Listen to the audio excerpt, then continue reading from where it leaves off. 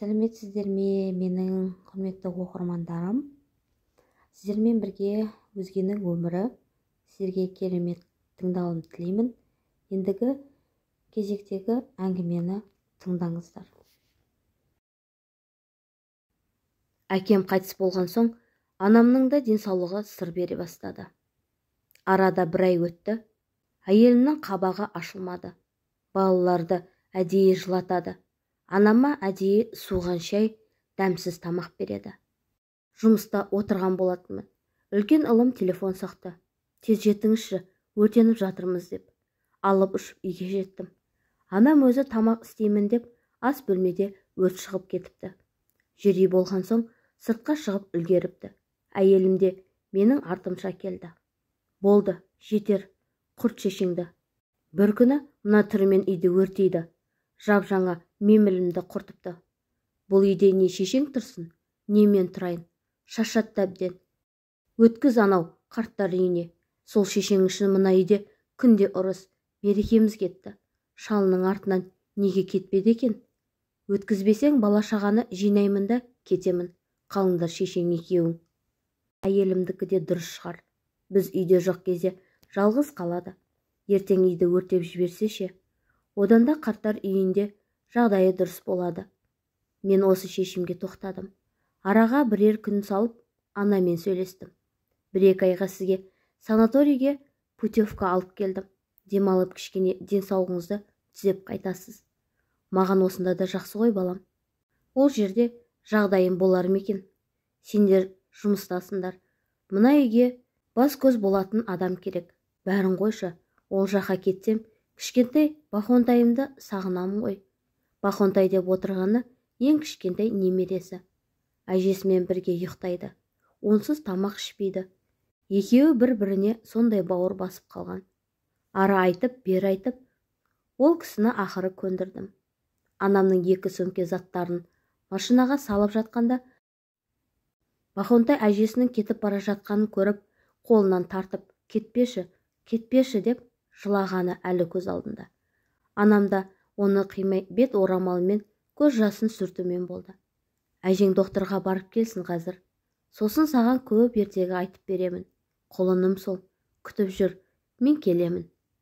Бала жүрек әжесінің енді қайтып келмейтінін сезгендей, машинаның артынан біраз жерге дейін жылап жүгірді. Я, періште жүрек бәрін де сезді. Бәрін. Анамда атың өшкір қарттар үйіне әкелгенде ғана қайда келгенімізді айттым. Бахонтайым сонша жібергісі келмеген еді. Жақын адамның келмеске кетіп бара жатқанын сезіпті ғой. Білемін балам. Мен үшін келінмен көп ұрсатын болып кеттіңдер. Солай шешсеңдер, көнемін. Қалдырып кет мені. Бірақ бір ғана өтінішім бар. Бахонтайды әкеліп тұрыңдар. Көзімнің тірісінде маңдайынан иіскеп жүрейін. Ертең өлген соң, мен есіктен шығып жүре бердім.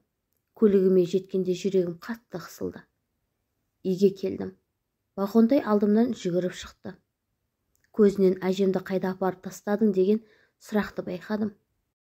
Әйеліме анамды қарттар үйіне өткізгенім ұнады. Жаны жай тауып көңілді жүр.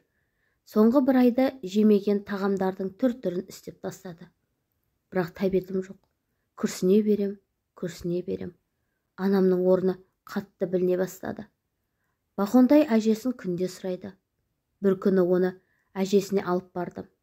Бізді көре сала Бахонтайды құшақтай алды. Құлыным, жарығым сол, тәтті балапаным, үлкен жігіт болып кетті өзі.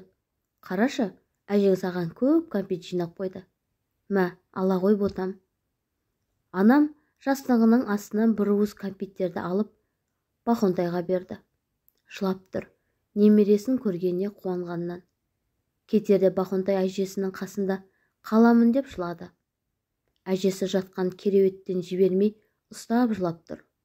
Бахонтай, құлыным, сен үйге қайта бер, жарай ма? Мен ертең барамын.